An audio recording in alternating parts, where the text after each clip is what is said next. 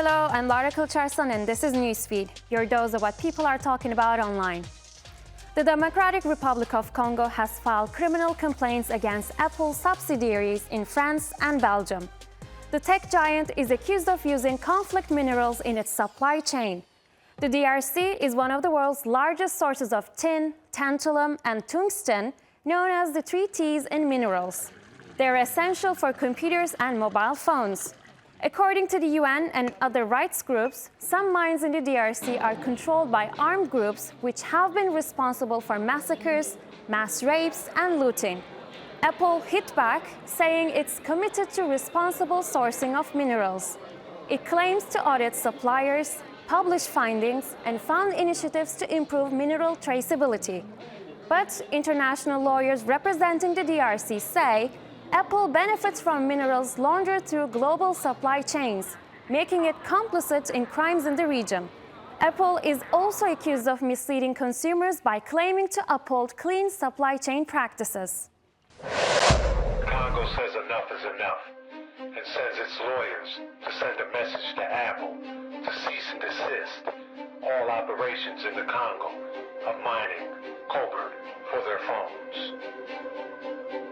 The Congo is taking the first actions needed for somebody to legally be able to take somebody to court for actions that violate international law and the law of countries and their sovereignty.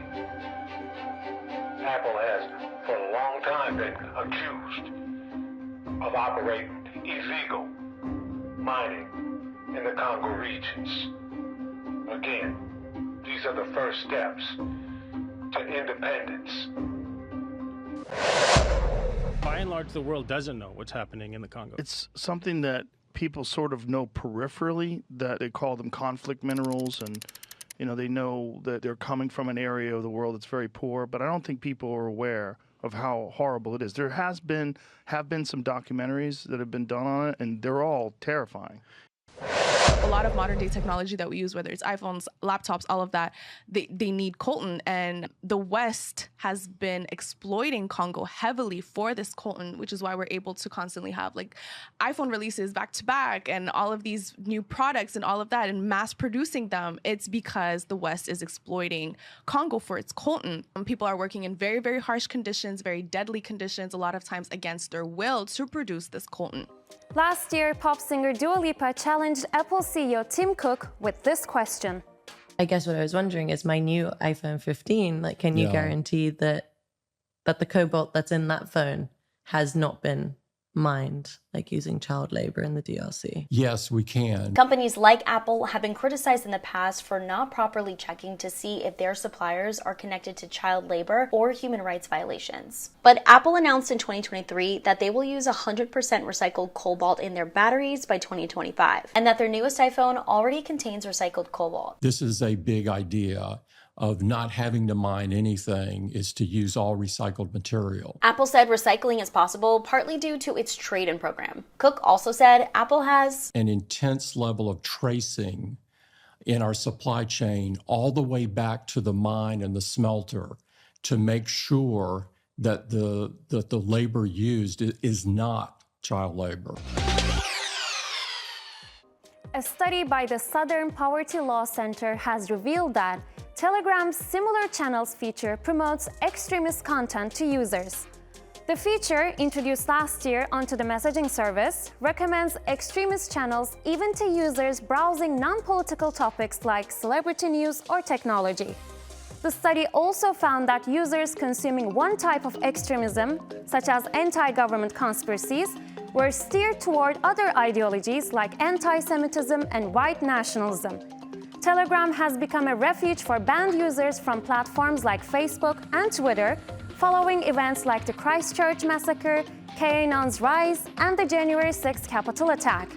With its lax moderation policies, Telegram is a hub for extremist groups. These groups use the app to spread propaganda, recruit followers, and build communities with minimal oversight. Telegram defends itself, claiming it only shows users content they engage with and removes millions of harmful posts daily. Video sharing app TikTok has appealed to the Supreme Court this week to continue operating in the US. Its owner ByteDance has been ordered to sell its American operations, or the app will be banned starting January 19. If TikTok doesn't comply, app stores like Apple and Google will be forced to stop distributing the app or face penalties. The US Congress argues the ban will protect national security and user privacy. TikTok says the ban violates freedom of expression. Hope also rests with foe-turned-friend Donald Trump, who has admitted that TikTok helped him secure younger voters. Trump met TikTok CEO this week and has vowed to review the company's position in the United States. You know, I have a warm spot in my heart for TikTok because I won youth by 34 points.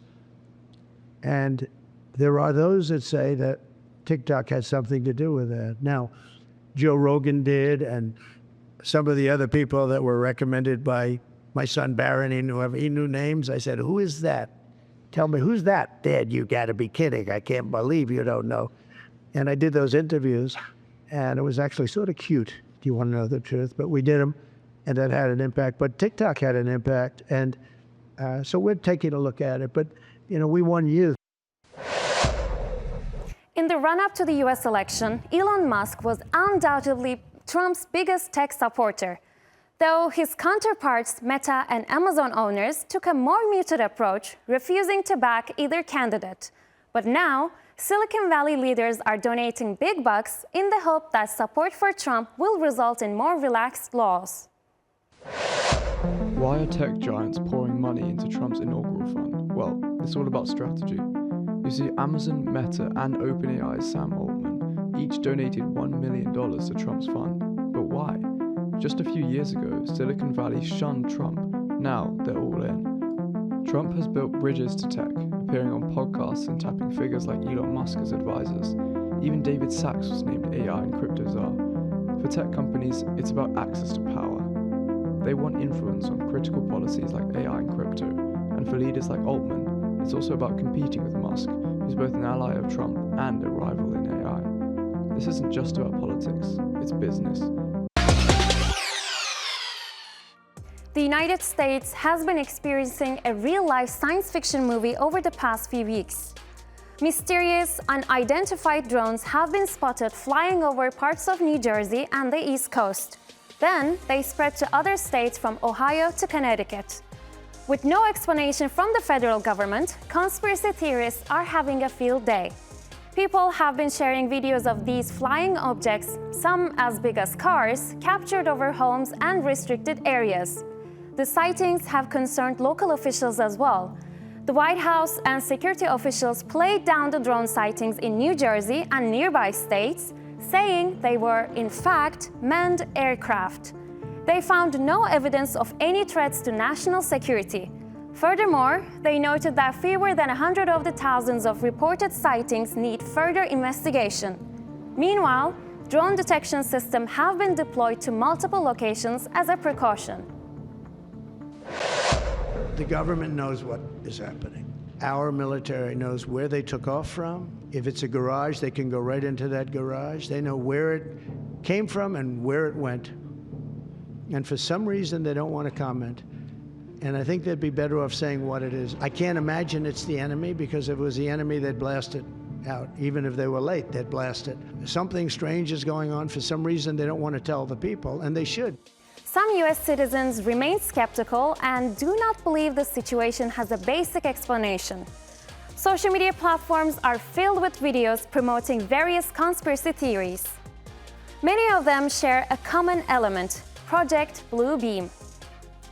The theory was first proposed by a Canadian journalist named Serge Monast, and this theory alleges that the global elites are planning to fake supernatural events like alien invasion. The theory thinks that they are doing this in order to establish a totalitarian world government. They also believe they may try to insinuate extraterrestrial invasion. Now, there are allegedly several stages of this Project Blue Beam. In the first phase, it said that earthquakes will reveal previously undiscovered objects that would insinuate that world religions are a lie. Then you'll have the holographic projections that simulate the return of divine figures. They will be customized to each region of the world depending on their religious beliefs. These projections of divine or religious figures will then be broadcast into the sky, and they will be followed by the revelation of a single unifying God for all people. Then they say that our thoughts as humans will be controlled by New Age technology that allows people to think that they are communicating with real gods. It would then be complete after that simulated alien invasion would justify the elites of the world seizing complete control. Have you ever lost your temper over something you saw on social media? Well, you might have become a victim of rage baiting, and it has become increasingly common. Rage baiting is a digital content strategy where creators deliberately post provocative or controversial material. The goal is to maximize user engagement, such as comments, shares, and clicks, by tweaking our emotions to react to content online. But is using rage bait a good strategy for social media? Rage bait can skyrocket your engagement quickly. People are naturally inclined to respond to a piece of content that triggers strong emotions. More comments and more shares means that the algorithm is going to push out that piece of content to more people. This increases your reach, your visibility, and inevitably your followers. But with pros, there are cons. For one, constantly using rage bait can damage your reputation. Your audience might start to see you as manipulative or inauthentic. Over time, this can result in a loss of trust and followers. Social media platforms are also becoming smarter in detecting rage bait. Algorithms are now more sophisticated in identifying content that's designed to provoke emotional responses, and they may also penalize your posts, which reduces your reach. Another important point is that rage bait can create a toxic community. Majority of your comments will be negative comments. This can drive away followers who prefer a more positive or constructive atmosphere. So while rage bait might give you short-term spikes, it's not suitable as a long-term strategy. There is an ongoing legal battle that could reshape the influencer industry in the US. Sydney Nicole Gifford, an Amazon influencer known for her beige aesthetic, accuses her rival Alicia Shield of copying her bland style. And a court might decide who is the most basic person on the internet.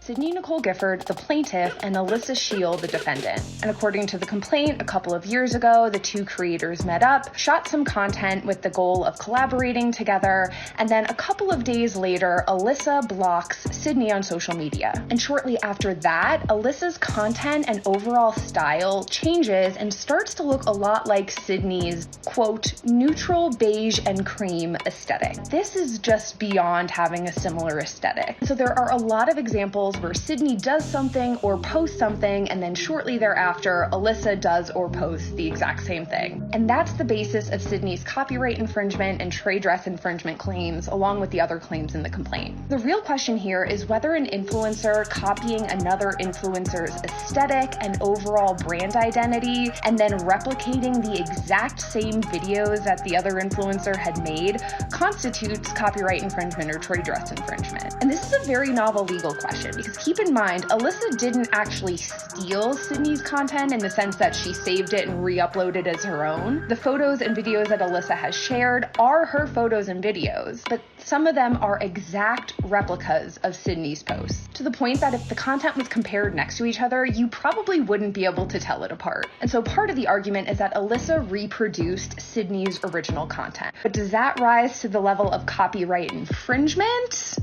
We shall see. And that's our show. Find our latest stuff on YouTube and do subscribe to our channel. See you soon.